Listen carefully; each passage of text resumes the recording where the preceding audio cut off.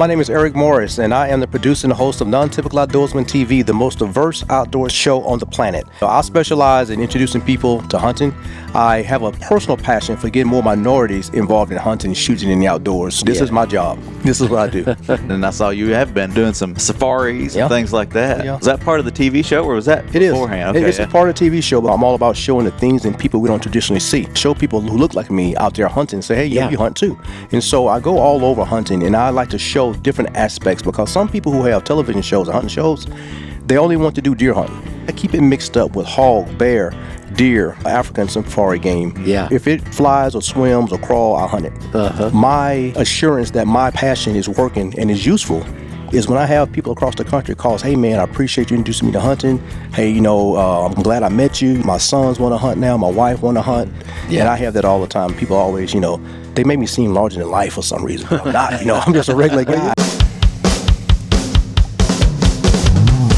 The award-winning Tennessee Wildcast is on the air with the latest on hunting, fishing, boating, wildlife watching, and all things outdoors. Make welcome your host, drummer and outdoor expert novice, Jason Harmon. Hello, everybody, and welcome to this edition of Tennessee Wildcast. Thanks for tuning in. Thanks for watching, for listening. We got a great show lined up for you today. We're hanging out here at Buffalo Ridge Refuge before a squirrel hunt that we're going to be doing here in West Tennessee tomorrow. So this is a fun conversation we're going to have around the table here, and Mr. Don King's helping me coach. Yeah, Jason, I'm excited about this episode. That's kind of takes me back to where I started, squirrel hunting. There you go. Yeah, squirrel hunting 101, yeah. I think most people start there. I think you're right, yeah. Well, before we dive into this conversation and meet these folks, do you want to touch on some of the promotions around the radio? Yeah, we're up to 24 radio stations now across the state, and we're growing our TV list too. The community stations across the state are really embracing the show, and we appreciate that. And thanks to Todd for making the show visually compelling, and more so than just us standing here talking. Exactly. And but we appreciate that, and appreciate all the help we get across the state for spreading the word. Yeah, and if you're not a radio listener or a guy who watches TV, gal who watches TV, find us out there on YouTube. We're on Instagram. We're on Twitter. You can follow us on your favorite podcasting app. So just however you ingest media, find us out there. We're everywhere. We're everywhere. But today I'm excited to have Eric Morris with us from N.onT.ypical Outdoorsman, and Jim Curcuruto from Outdoor Stewards of Conservation Foundation.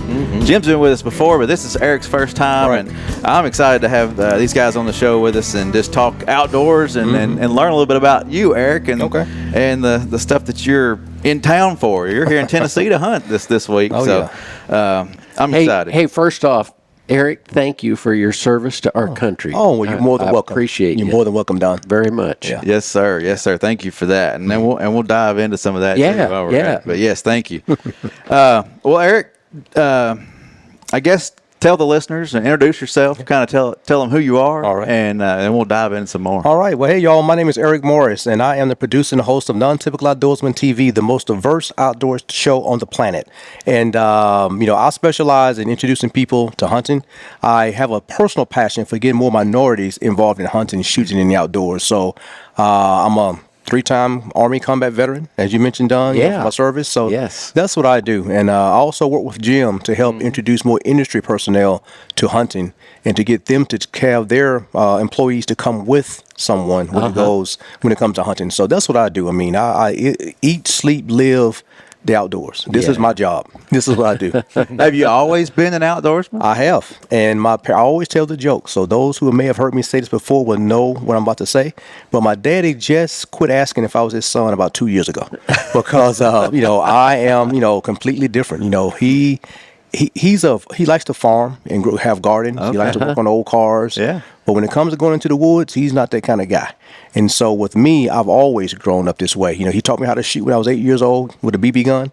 And so I go out, and I have always, love the outdoors. And my parents, sometimes during the holidays or whatever, when I'm over there, they were like, hey, remember that time when Eric used to want to be an Indian?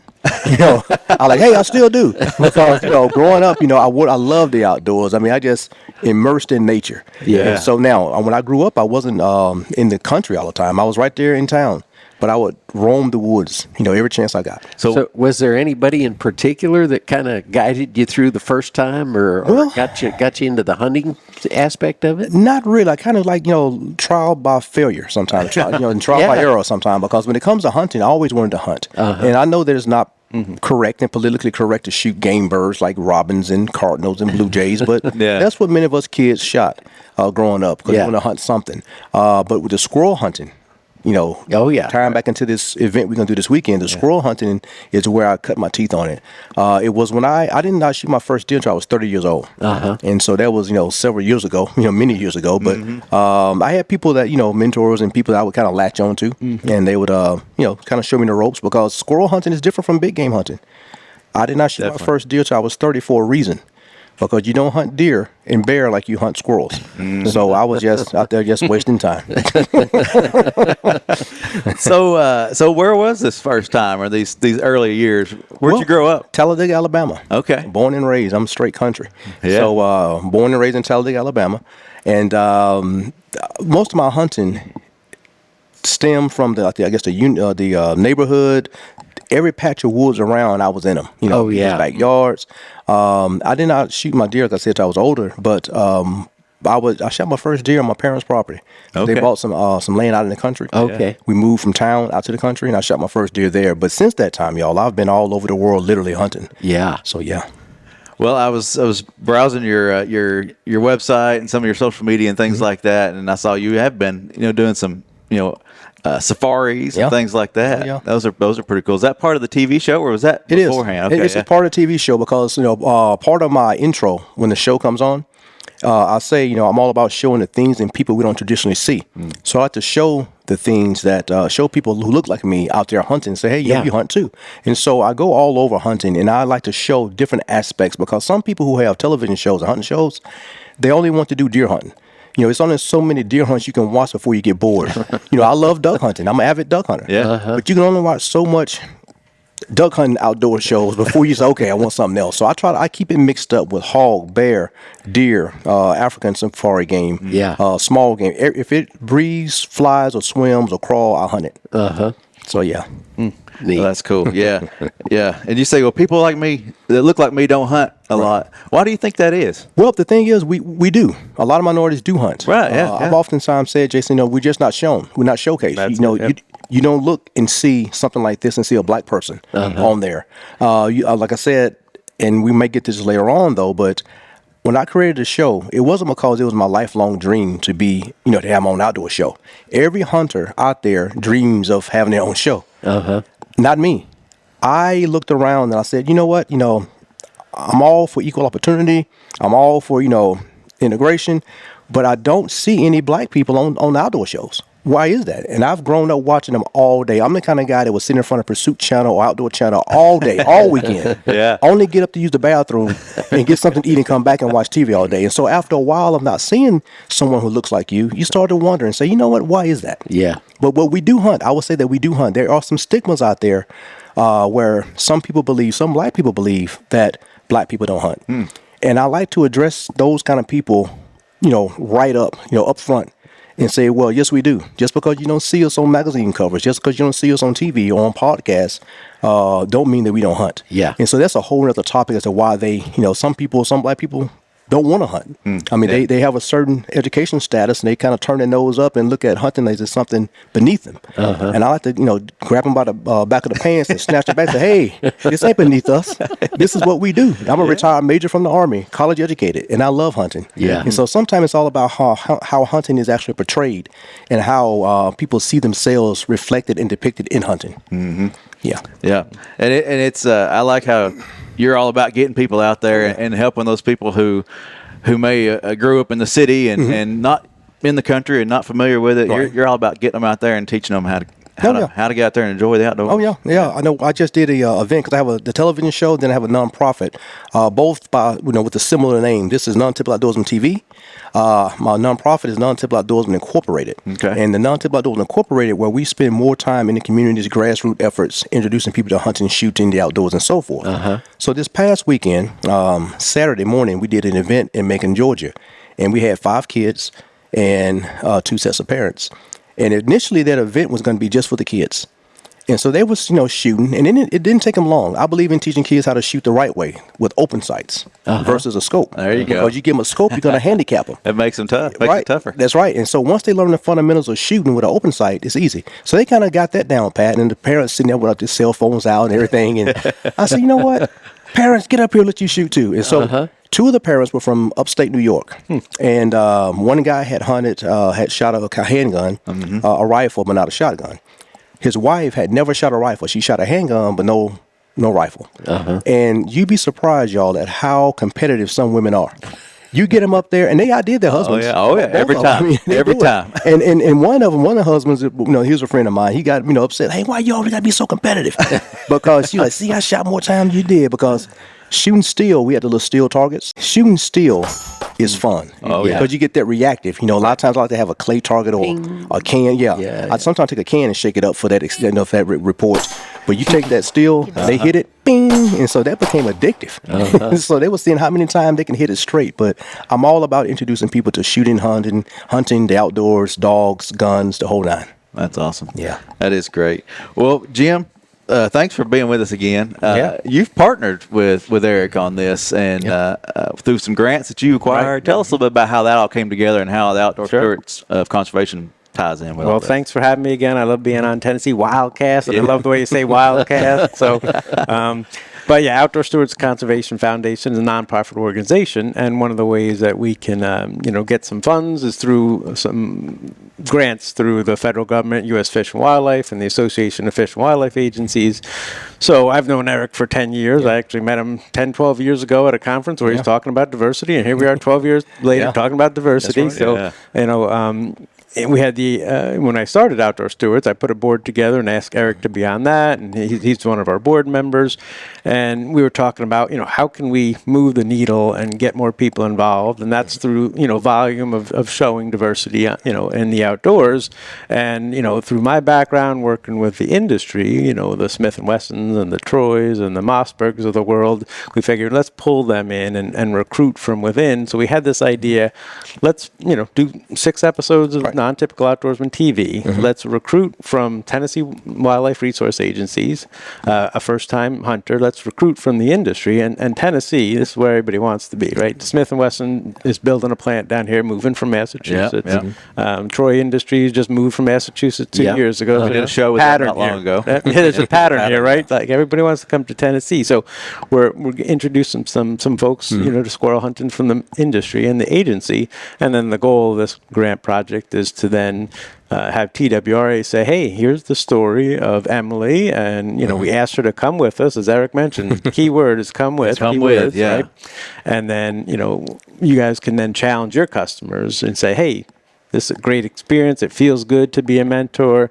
Why don't you introduce somebody to the sport of hunting, fishing, or target shooting? Tell us your story, and then maybe you guys can incentivize that with whatever free hat or something like that. But you'll get some content that you can use. You're engaging your customers, and then we bring the industry in, and they're really good at marketing, right? So they can then take this and reach out to their customer base. So 2 people, hopefully, can reach millions of people with this. That's the goal of it, and we're excited about it.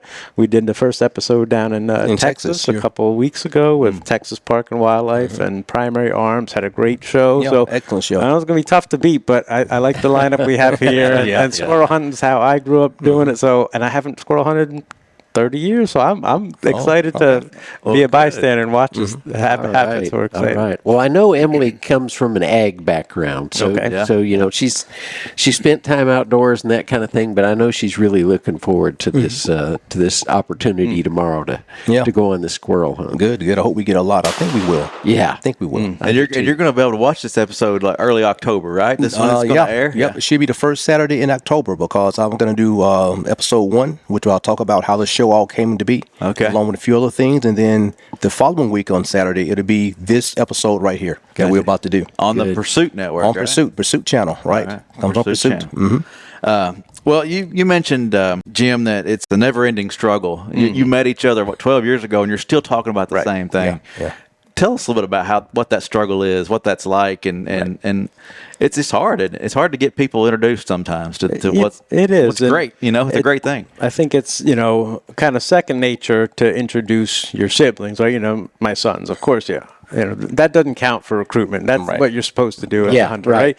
So what we're trying to do is reach out to those 60 million hats, right? Hunters, anglers, trappers, and shooters, and say to them, introduce somebody, ask them to come with you, and that's how we're going to increase participation. Because I did a lot of research over the years and for the outdoor industry, and we know that hunting, we've had some steady declines in hunting over the past couple decades, but we also know the number one way, there's a lot of people on the fence that want to get into the field, and by far the number one way to get them is to have somebody they know and trust say, come with me. Come on, Don, let's go squirrel hunting. Come on, you're not going to say no, right? So and we've done this now for a while, and it's a cool feeling to be a mentor, and that's the thing we got to tell the audience.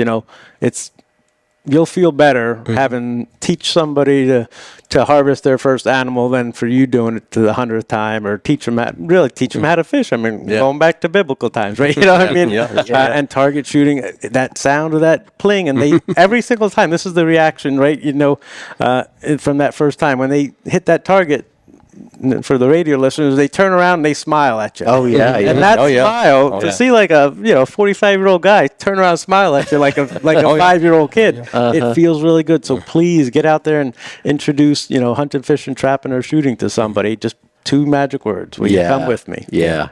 I know my struggles were a little bit different. I know my whole thing is this: I believe in answering the problem, and I'm a problem solver.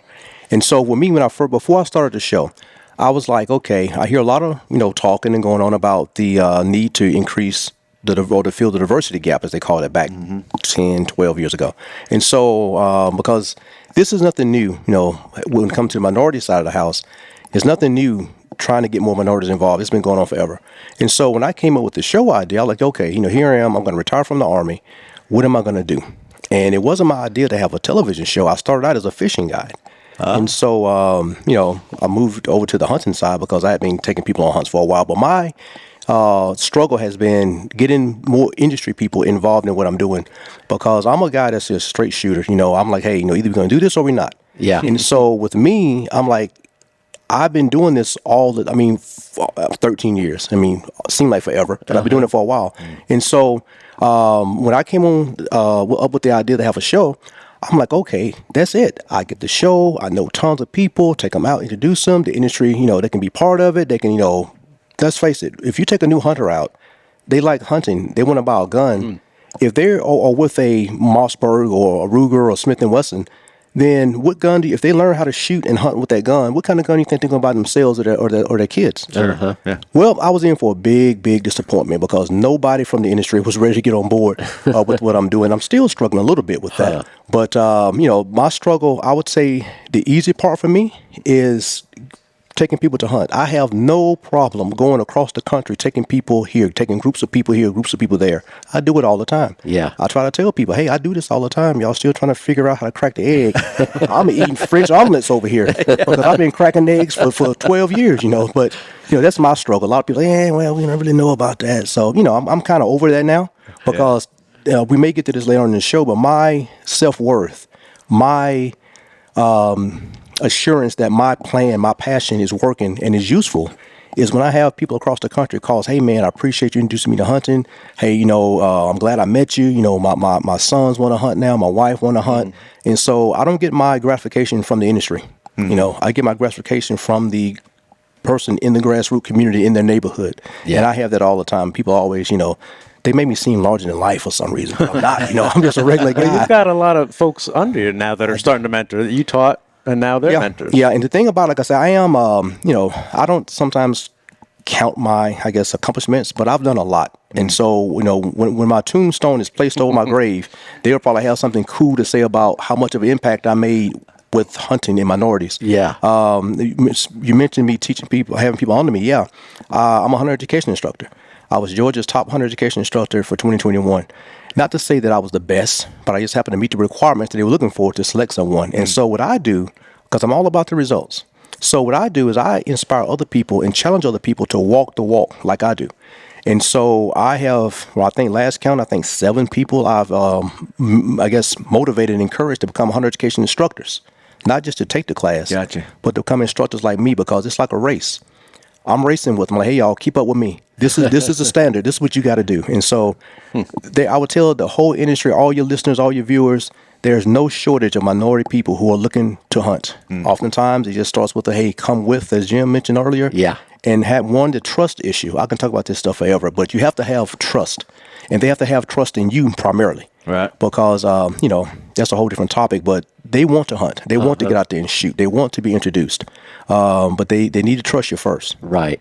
Well, I think it's a great thing y'all are doing here, partnering together, and trying to educate the industry folks, Right. the agency folks, the hunter, just the angler or whatever it may be, and I think pulling all that together, and you can say, hey, we really mean this, and we're legit, and I think those industries, those sponsors and things will kind of come in at that point, once they see that, you're working with state agencies. Right. It's not a game, it's the real deal. Yeah, well, we'll have some fun too. Either way. Right. That's right. That's Exactly. right. The bottom line is to introduce people. That's the bottom line, because whether the industry come on board or not, knowing that we've made a difference, knowing that we've given people opportunity, because once you plant that seed, then it's just a matter of time before they start planting seeds. One of my, biggest accomplishments, I'm gonna shout him out. His name is Darrell Smith. He has Minority Outdoor Alliance. Darrell was 25 years old when he found me, and didn't have the first idea about hunting. Didn't know nothing about hunting. I taught him how to hunt, introduced him to upland bird hunting, because I got my Chesapeake Bay Retriever out there in the car right now. Oh, okay. And so he's getting old, but he's still hanging in there. But I introduced him to upland bird hunting, introduced him to shotguns, because some people just don't know. Darrell is what I would classify as the perfect example of what can happen when you introduce an adult to hunting. Right. Because a lot of people focus on the kids. I like to focus on the adults. Yeah. Because Darrell has an organization. His organization is doing great. Well sponsored, doing great. And so I'm proud of him. That's great. I just got to go plant more seeds to get more people like that out And there. I think you really hit it on the head when you said trust. When you get somebody who can trust you, because they may be looking from the outside thinking, I'd really like to do that, but I just hate to ask dumb questions. I don't want to embarrass myself. That's not big of a deal, Don, as them knowing that nothing's going to happen to them. Exactly. And that's where the trusts come in. Because I have people, and I tell people up front, I say they want to come to me. I'm good, but I can't take everybody in America hunting. I just can't. But I tell people all the time, I say, look, if you want to hunt, there's nothing wrong with going hunting with a white guy, having a white guy take you out. And like, yeah, I know, but I want to go with you. I'm like, well, I can't take you, everybody else. I say, so my thing is, I always say, y'all, is this: the message, a lot of times, is more, in some cases, is more important than the appearance of the messenger. In other instances, the appearance of the messenger is more important. But overall, I would say that the message is more important, because we all are hunters here. We all hunt. I may look a different way. You may look a different way. But the message is we hunt. And so I've taken people out who have never hunted with white guys before. They go out there. Guards are up. By the time the hunt leaves, they best friends. They exchange phone numbers. They're making plans to hunt. And so that's what I'm all about. Spanning that bridge, that gap, spanning that gap, building that bridge, and getting more people out there hunting together. So that's me. That's neat. Yeah, a lot of the mentor things that happen here on this property, it's the women's events, it's the wounded soldier events, it's the kids events, and sometimes it works better when you have women helping instruct, and you have the same color of person helping instruct. But we're all hunters, we're all anglers, we love the outdoors, and I think it's great that we can share it any way we can. Jim, can you touch on? I love how you tell this, how you lay it out. But how does funding work for an agency? And Sure. it's important for those people to buy a license and get out there and hunt. No, the reason we're doing this is so the legacy lives on, and the outdoors strives and continues. Yeah, so there's the simplest way to explain how conservation is funded in America is 3 parts. You've got manufacturers of archery product or fishing poles and lures, guns and ammo, and they pay an excise tax, and that equates to $2 billion a year between archery, guns and ammo, fishing product. And then, of course, you've got the state agencies that are the benefactor of those excise taxes, they get filtered down to TWRA and all the other organizations, getting your hands dirty, making sure I see right outside you guys are planting sunflowers for dove season. Yep. So you're managing wildlife and you're managing habitat, right? And you can't do that without funding, right? So the third piece of that is the HATs, the 60 million active hunters, anglers, trappers, and shooters that are buying hunting and fishing licenses and guns and ammo and bows and fishing poles. Right. So without them, right, you guys don't exist. The Smith & Wesson's out of business, right? So we need all three parts. Not gonna, two parts ain't gonna work. One part's not gonna work. You need all three parts again. So, Smith & Wesson Troy here today on the squirrel hunt coming with us. We get TWRA on the squirrel hunt. So that's kind of one of my I'm very fortunate to be able to work with both industry and agency over the past decade, so I'm trying to put it to good use and be the matchmaker and get everybody on the same page there, because we've got the same goal. We want to get more people outside, and we want to grow our ranks a little bit. Like I said, hunting's on a slow decline. Target shooting and fishing are doing pretty good, and that's because of some marketing and advertising and recruitment efforts that we've done, but it is harder to do it with hunting. So that's why Eric and I are here, and you've got some great staff. Jen Wisniewski, your staff, helps us out tremendously, and there's a lot of people that, it doesn't, all you have to do is ask, for support, and all the agencies love doing it. So it's an easy job, but it's still, we've got a challenge of growing those numbers, because one-on-one mentoring is not a one and done. It's a commitment, and especially on the hunting side of things. So that's what we're trying to teach people is, hey, you're going to get that great experience, but you got to prepare for the long term. Don't get into it if you're just going to take somebody out one time.